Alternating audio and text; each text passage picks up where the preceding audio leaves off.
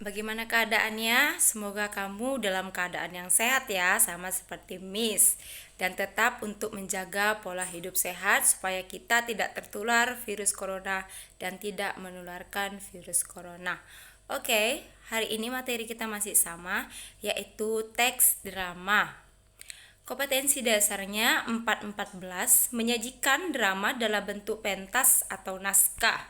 Tujuan pembelajarannya, siswa mampu menyajikan drama dalam bentuk pentas ataupun naskah. Oke, ya ini sudah kita pelajari sebelumnya ya nak. Ada pengertian drama, ada unsur-unsur teks drama. Oke, ada unsur-unsur pementasan drama. Ya, ada sudut pandang dalam teks drama, ada struktur drama, iya, dan terakhir ada kaidah kebahasaan teks drama. Itu sudah kita pelajari di pertemuan sebelumnya. Nah, hari ini pembelajarannya adalah langkah-langkah menulis naskah drama berdasarkan pengamatan terhadap berbagai peristiwa yang disaksikan. Ada 12 langkah-langkahnya ya nak. Yang pertama, mengobservasi segala kejadian yang sering kamu temui dalam kehidupan sehari-hari. Berarti kalau mau observasi melihat-lihat ya. Yang kedua, memilih peristiwa atau unsur yang akan diobservasi. Yang ketiga, mencari informasi-informasi yang berkaitan dengan peristiwa yang akan diobservasi. Yang keempat, menemukan sumber-sumber permasalahan.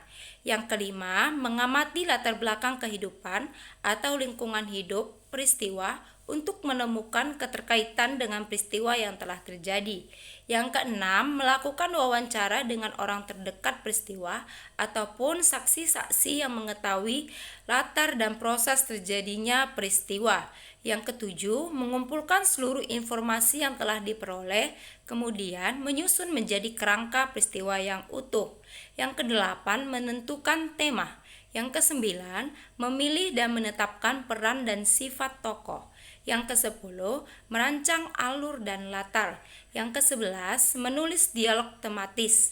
Dan yang ke-12 adalah menulis dialog sesuai dengan perkembangan konflik.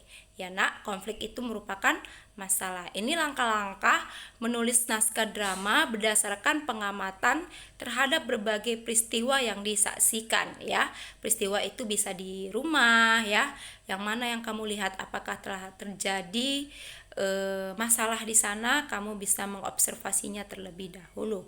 Selanjutnya, ketika kamu mau membuat teks drama, kamu harus tahu tentang cerita itu, bagaimana kamu bisa melihatnya atau bisa melihat bagaimana proses terjadinya, siapa saja orang-orang yang berkaitan dengan peristiwa tersebut. Oke, anak.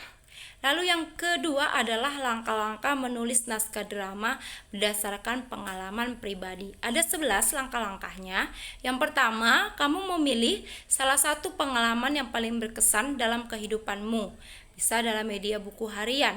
Yang kedua, kamu dapat juga memilih salah satu pengalaman pribadi orang lain yang berkesan dan menarik, atau media rubrik curhat dari majalah atau koran. Yang ketiga, kemudian kamu mengidentifikasi peristiwa-peristiwa yang menarik dan berkesan dan pernah dialami berdasarkan buku harian maupun rubrik curhat berdasarkan penyataan 5W tambah 1H. Masih ingat ya 5W tambah 1H? Ya, ini ada di dalam teks berita ya.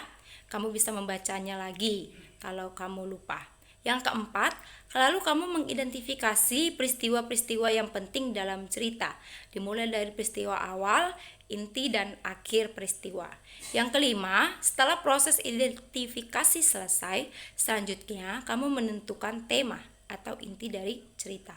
Yang keenam, setelah itu kamu menentukan konflik cerita ataupun masalah cerita. Yang ketujuh, membuat sinopsis. Sinopsis itu ringkasan cerita ya nak. Yang kedelapan, kemudian memilih dan menentukan peran dan sifat tokoh. Yang kesembilan, lalu merancang alur dan latar. Yang kesepuluh, setelah itu menulis dialog tematis. Yang ke-11, langkah terakhir adalah menulis dialog sesuai dengan perkembangan konflik ataupun perkembangan masalah. Itu ya nak, untuk langkah-langkah menulis naskah drama berdasarkan pengalaman pribadi. Ya, Nah, tugasnya adalah menuliskan naskah drama ataupun teks drama, bisa berdasarkan pengalaman pribadi, bisa juga berdasarkan peristiwa yang kamu lihat.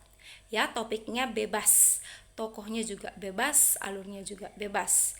Nah, kalau sudah selesai, kamu tulis di buku latihan, kamu fotokan dan kirim melalui classroom kita. Bisa ya, Nak? Ya, sampai di sini pembelajaran kita. Tetap jaga pola hidup sehat ya, Nak, supaya kita bisa berjumpa dalam keadaan sehat. Oke, shalom.